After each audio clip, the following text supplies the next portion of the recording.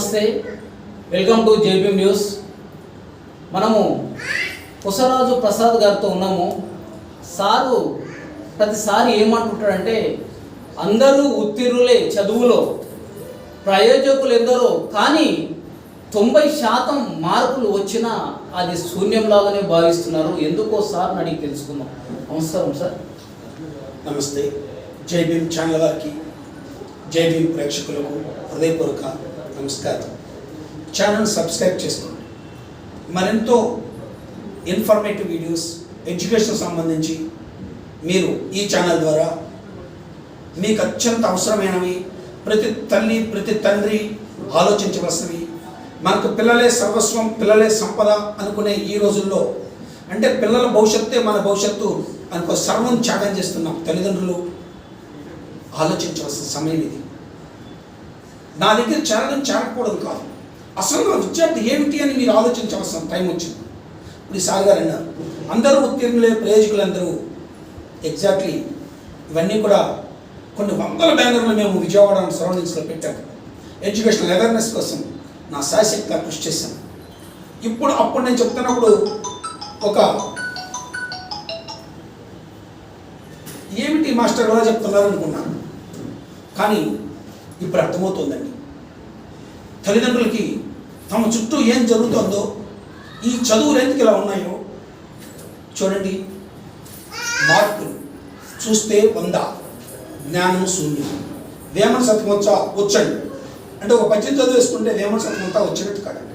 అంటే రాబోయే ప్రశ్నలని ఒక 2 మోడల్ పేపర్లు చదివేసి, సంవత్సరం అంతా చదివేసేసి, బట్టి పట్టేసేసి, పదే గుడ్డాడు సినిమా తెలుగు పాటలు విని, సినిమా పాటలు వింటూ రేడియోలో వాడే పాడుకుంటూ ఉండేవాడు. అలాగే చదువుని కూడా అలాగే పదే రాయించి, పదే అనిపించి, అదే చదువు అనేటువంటి భ్రమంలో తీసుకొస్తే ఆ మార్కులతో వాళ్ళు ఎందుకు ప్రయోజకులు అవుతారు చెప్పండి. ఇప్పుడు మీరు ఐఐటి, ఖరగ్పూర్, కాన్పూర్, ఢిల్లీ, చెన్నై, ముంబై ఐఐటీల్లో 30% విద్యార్థులకి ప్లేస్మెంట్స్ రావట్లేదు, క్యాంపస్ సెలక్షన్స్ అవ్వట్లేదు అని మీరు టీవీల్లో అనేక పెద్ద మీడియా ఛానల్స్లో చూస్తున్నాం. మరి ₹1 ఇచ్చి, 2 కోట్లు ఇచ్చి, 70 లక్షలు ఇచ్చి సంవత్సరానికి ప్యాకేజీలు పెట్టి తీసుకునే ఐఐటి ఇన్స్టిట్యూట్స్ ఎందుకు అలా ఉన్నాయి అంటే విశ్లేషణ లేని చదువులు. మరి ₹1 ఇస్తున్నాడంటే ఆ విద్యార్థితో ఎంత ఉపయోగించుకోవాలి? వాళ్ళు గొప్ప సైంటిస్టులుగా, గొప్ప ప్రోగ్రామర్లుగా తయారు కావాల్సిన వ్యక్తులు మరి అనాలోచితంగా బట్టీలు పట్టుకుంటూ చెప్పింది వినే మరబోటులాగా ఉంటే ఆ చదువులు పనికొస్తాయా? ఆలోచించండి తల్లిదండ్రులు. ఎక్కడికి పోతున్నాం? టెక్నాలజీ పెరిగింది, శక్తివంతమైనటువంటి విద్యా విధానాలు, ఎన్నో సౌకర్యాలు ఏర్పడి, రవాణా సౌకర్యాలు ఏర్పడి, ఒకప్పుడు కిలోమీటర్ తరబడి నడుచుకుంటూ వెళ్ళేవాళ్ళు. ఈరోజు ఎన్నో అవకాశాలు మన కోసం వస్తున్నా మరి పిల్లలు ఎందుకని చవటల్లా, సోంబేరులా ఎందుకు తయారవుతున్నారు? మరి అందరూ ఉత్తీర్ణులైపోయి ఎందుకు పనికిరాని నిరాశ నిస్పృహలు ఎందుకు ఉంటున్నారు? ఆలోచించండి. ఒక విద్యార్థికి, ఫర్ ఎగ్జాంపుల్, ఒక వ్యక్తికి ఉద్యోగం కావాలి. నేను బ్యాంక్ ట్రస్ట్ రాస్తున్నాను, నేను ఎంఆర్ఓ అంటే గ్రూప్ 2 రాస్తున్నాను, గ్రూప్ 3 రాస్తున్నాను. అసలు మినిమం స్టాండర్డ్ లేని విద్యార్థి అది ఎలా అటెంప్ట్ చేస్తాడు? అటెంప్ట్ చేసే తనలోని శక్తిని చూపించుకోలేని వాడు ఎంఆర్ఓ ఎలా అవుతాడో మీరు ఆలోచించండి. మినిమం అండి, నేను అంటుంది ఒక 30% అన్నా ఉండాలి కదా. ఏమీ లేని విద్యార్థి ఎట్లా అవుతాడు చెప్పండి?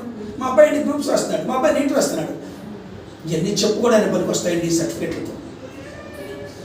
పెరట్లో 10 ఏళ్ళు పెంచిన ఫలవృక్షం గుడ్డుమొద్దు ఎలా ఉంటుందో, ఈ స్టాండర్డ్ లేని చదువుకోవడం వల్ల, ఈ మార్కులను చూసి భ్రమంలో జీవించడం వల్ల నిష్ప్రయోజకులుగా మిగిలిపోతారు. వాళ్ళని తిరగడానికి నా అనుభవం, గత 22 ఏళ్ళ నా అనుభవం ఉపయోగపడుతుందని నేను అనుకుంటున్నాను. విశ్వసిస్తే ఒకసారి నేను ప్రయత్నించండి.